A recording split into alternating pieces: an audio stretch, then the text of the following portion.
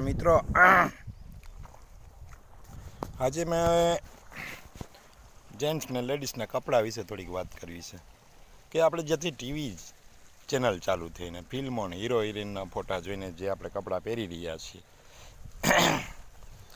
અમુકના pant ફાટેલા હોય ભાઈ, એવા વેચાતા કપડાં લે છે ભાઈ. એ તમારા કપડાને રીકલર કરીને લીધેલા હોય છે અને એવી ફેશન આવી ગઈ છે કે હાવ કપડાની રેલમછલ થઈ છે બહેનો માટે અને ભાઈઓ માટે કે ભાઈ કપડાં તમે પહેરો, તમારું કવર ઢાંકેલું હોવું જોઈએ, આખું શરીર ઢાંકેલું હોવું જોઈએ, એવા કપડાં પહેરો. ભલે સોનાના કપડાં પહેરો, અમને કોઈ વાંધો નથી, પણ કપડાની જે સ્ટાઇલ છે એ આખું શરીર ઢાંકેલું હશે.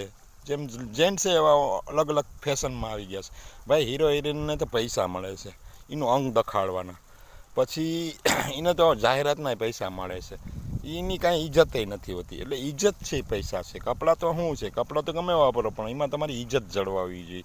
એ રીતના કપડાં પહેરો કે તમારું ઇજ્જત રહે. જેમ સોનું હોય એને કેમ આપણે પેટીમાં રાખીએ, તમે ખાલી મોબાઈલ લ્યો લો 10,000નો, એમાં તમે કવર રાખો, ઉપર ડિસ્પ્લે ઉપર સ્ક્રીન ગાર્ડ લગાવો, કંઈ તૂટે નહીં. તો ખાલી તમે 10,000 થી 15,000 20,000ના મોબાઈલમાં કેટલું ધ્યાન દો છો, એને કવરમાં રાખો છો. એટલે તમે તમારી જાતને કવરમાં રાખો.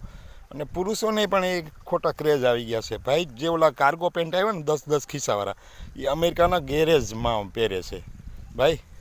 અમેરિકાના ગેરેજમાં નટ બોલ્ટ રાખવા હોય, પાના પકડ રાખવા હોય, એટલે એવા પેન્ટ આવ્યા. આપણે એને અહીં ફેશન બનાવી દીધી. એટલે ફેશનની પણ હદ રાખો, પણ ફેશન કંઈ સારી નથી. ફેશનથી તમારા તો હીરો હિરોઈનને તો જોઈને કપડાં ન પહેરવાના. જેદીની ટીવી ચેનલ આવીને તેદીનો ફેશન કોઈ વધ્યો હતો. હજી તો 5 દી પહેલાં હીરોને કપડાં પહેર્યા હોય એ ફેશન તો અહીં આવી ગઈ હોય. હિરોઈને પહેર્યા એ ફેશન તો અહીં આવી ગઈ હોય ભાઈ.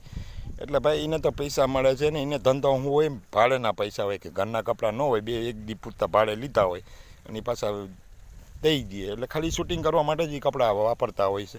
અને તમે એનો ફેશન ક્રેઝ બનાવીને સમાજના સંસ્કારનું અહણ થાય છે. અને અમુક લોકો સાદા કપડાં કરે એની કોઈ ઇજ્જત નથી, પણ જે સંસ્કારી છે, જે સાદા કપડાં પહેરે એના સંસ્કાર છે. તમારામાં સંસ્કાર નથી, એટલું યાદ રાખજો. એટલે જે સાદા કપડાં કરે એને ઠેકડી કે ન કરવી જોઈએ, અને એની સામે તમારે ખુદને જ સાદા કપડાં પહેરવાની જરૂર છે.